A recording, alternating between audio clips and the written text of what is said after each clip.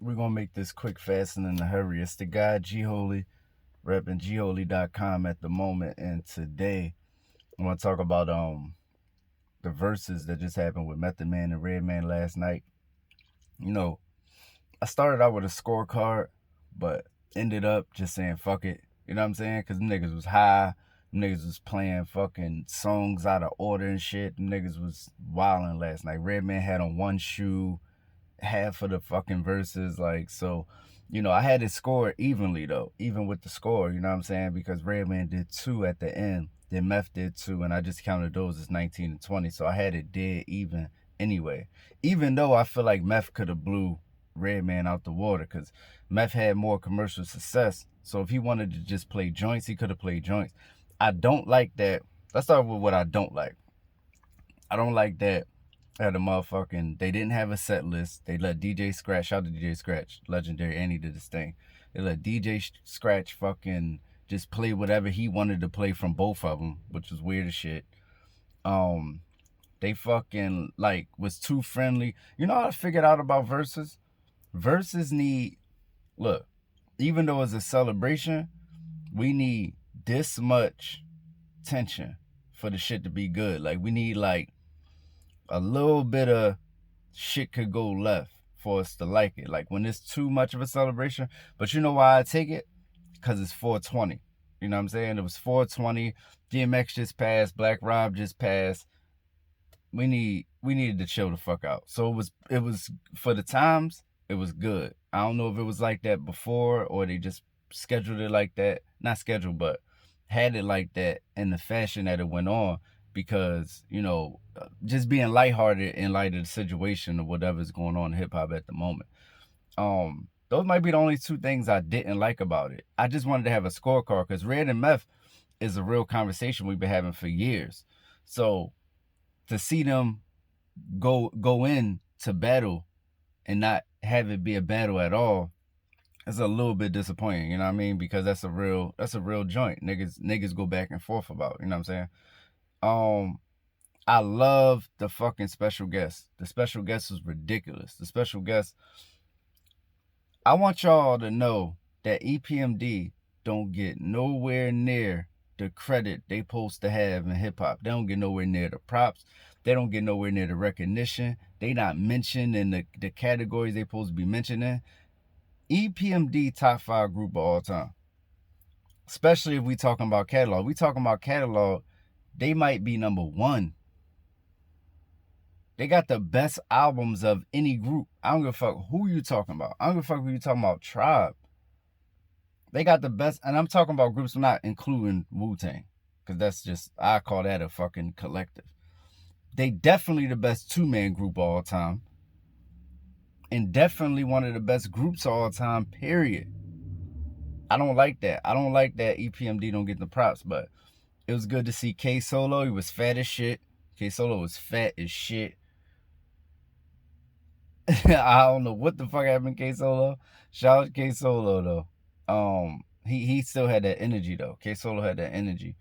Motherfucking INSPECTAH Deck came out. They gave him his flowers. INSPECTAH Deck, I believe INSPECTAH Deck did the same song. I think he did his verse on Triumph on Ghostface and Ray shit. I don't remember exactly. But Deck came out. CAPPADONNA came out. Kappa's that nigga, by the way. CAPPADONNA is really that nigga, by the way. I just wanted to say that. Motherfucking, the whole Hit Squad was out. Keith Murray came out. Then he came out again. Motherfucking, it was mad special guests that was dope as shit. RZA came out. The special guest was the best part of the whole shit. And then when everybody came on stage at the end, that shit was just dope. I'm gonna say overall, this is one of the dopest nights for hip hop in a long time. And this definitely gonna be competing with the best verses that happen. For hip hop, just strictly for like hip hop moments, I say this probably the best verses.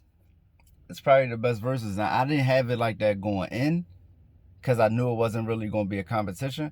But matter of fact, let me say this. It's the best verses for if we not talking about verses.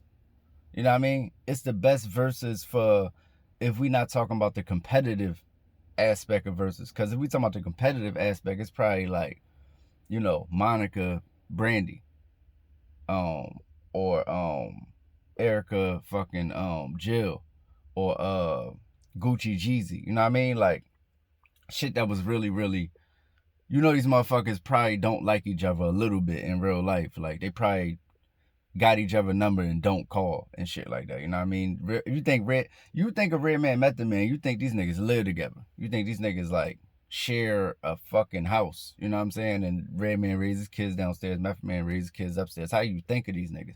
Brand wise, they like way stronger together, and they know that. That's why they stay together. Redman and Method Man. Redman come out with some shit, cool. Method Man come out with some shit, cool. Redman and Method Man come out with some shit, we checking it out. So they announced the Blackout 3. I'm fucking with that because I fuck with the first 2 Blackouts. Some people like 2 better than 1, and then most people say 2 is trash, but I fuck with 1 and 2 the same, for real, for real. 1 was a little, I don't know. I fuck with 1 and 2, so I'm looking forward to 3. That Redman 80 bar shit was ridiculous that they played at the end. They played some random Snoop shit at the end too. I don't know what that was about, but that shit was hot too. Old heads running rap, man. Old heads running rap. Yo, niggas, these new niggas could never create a moment like that. They can't do it. Ain't no, they gonna have, it's a different vibe. They're gonna lean and pills everywhere and fucking, you know what I'm saying? They can't just have a 420 vibe and just rock out and bring out legends. Like, that shit, for me, I'm having the most fun I had in hip hop probably in the past 10 years with the verses. That's why I keep covering this shit, keep pumping it and promoting it, because these the only moments we getting. Back in the G, we used to have the Source Awards. You knew it was gonna be popping.